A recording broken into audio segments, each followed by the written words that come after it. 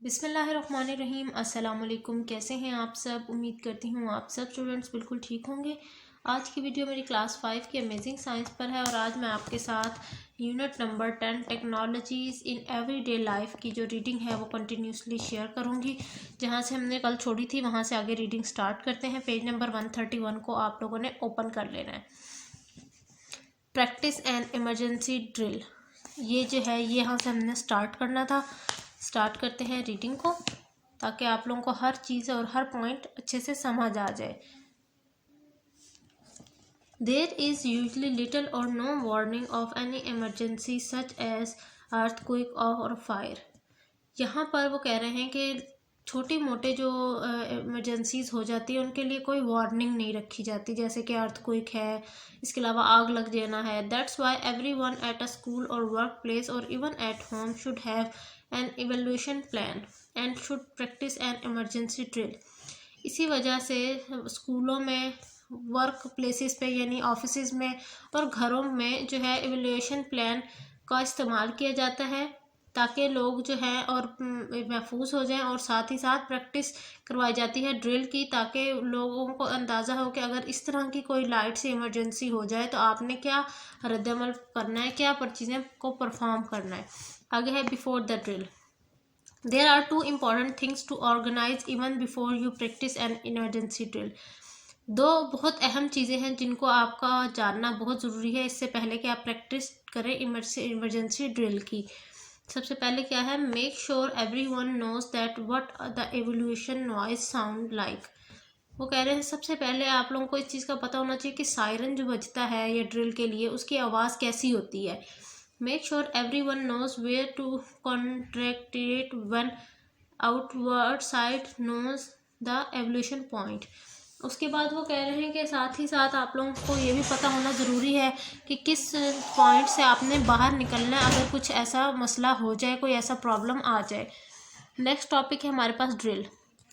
अब basic drill में क्या होता है, स्टे काम। सबसे पहले आपने बहुत रिलैक्स रहना है। Stop every one you are doing, वो सब कुछ को रोक देना है जो अब उस टाइम आप कर रहे होंगे। Walk, do not run to the nearest exit, मतलब एग्जिट पॉइंट तक जो है आपने आहिस्ता आहिस्ता चल के जाना है, ये नहीं कि आपने भागना शुरू हो जाना जिसकी वजह से धक्कम पेल हो।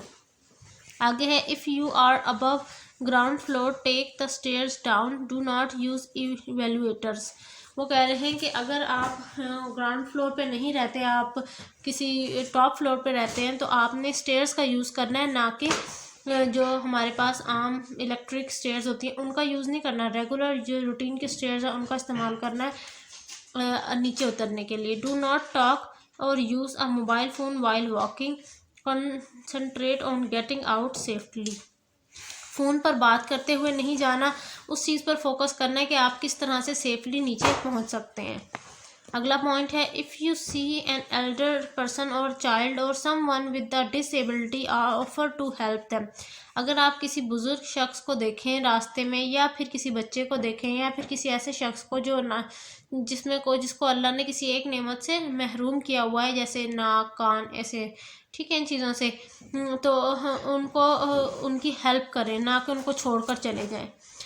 If they do not need help at least let them go before you. अगर उन्हें मदद की ज़रूरत नहीं भी है तब भी आप उनको अपने से पहले जाने की जो है कहे कि आप लोग पहले उतर जाएं फिर मैं उतर जाऊंगा, इस तरह से, ठीक है। Next page number 132। Proceed to the designated evacuation point. आराम से जो है इवेल्यूशन पॉइंट पे तक पहुँचे। Stay where you are until the threat has passed और यू रिसीव अदर इंस्ट्रक्शंस।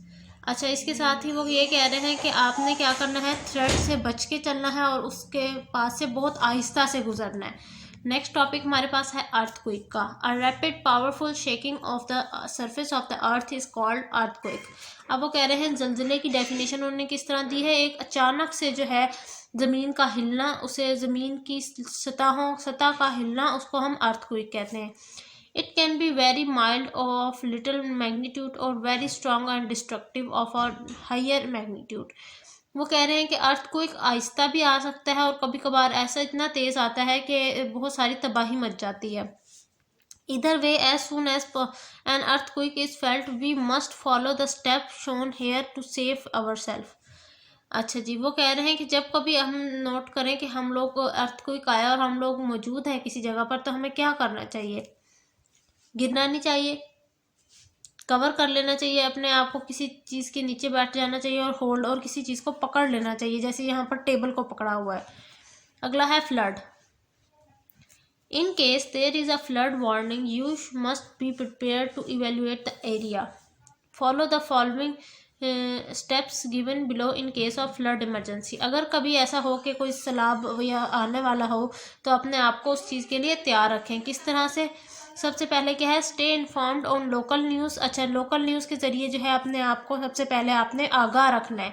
दूसरा पॉइंट क्या है, prepare an emergency bag with food, drugs, documents, flash lights, pet items.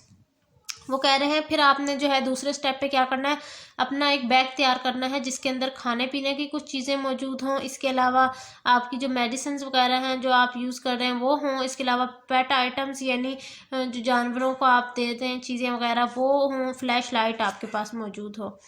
No how to evacuate and save alternative route. अब दूसरा ये देखना है आपने कि किस रूट से आप सेफली इस एरिया से निकल सकते हैं। Leave before flooding start. इससे पहले जो है घर को छोड़ दें जब फ्लड स्टार्ट हो।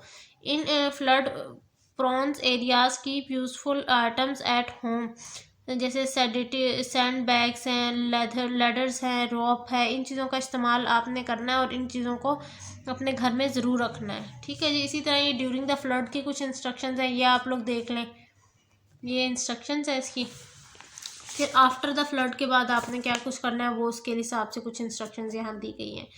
नेक्स्ट हमारे पास टॉपिक फायर का है, वो इंशाल्लाह मैं आपके साथ नेक्स्ट वीडियो में शेयर करूँगी। मिलती हूँ नेक्स्ट वीडियो में, तब तक के लिए अपना बहुत सारा ख्याल रखिएगा। जाते जाते चैनल को ज़रूर सब्सक्राइब कर दीजिएगा। अल्लाह हाफिज़।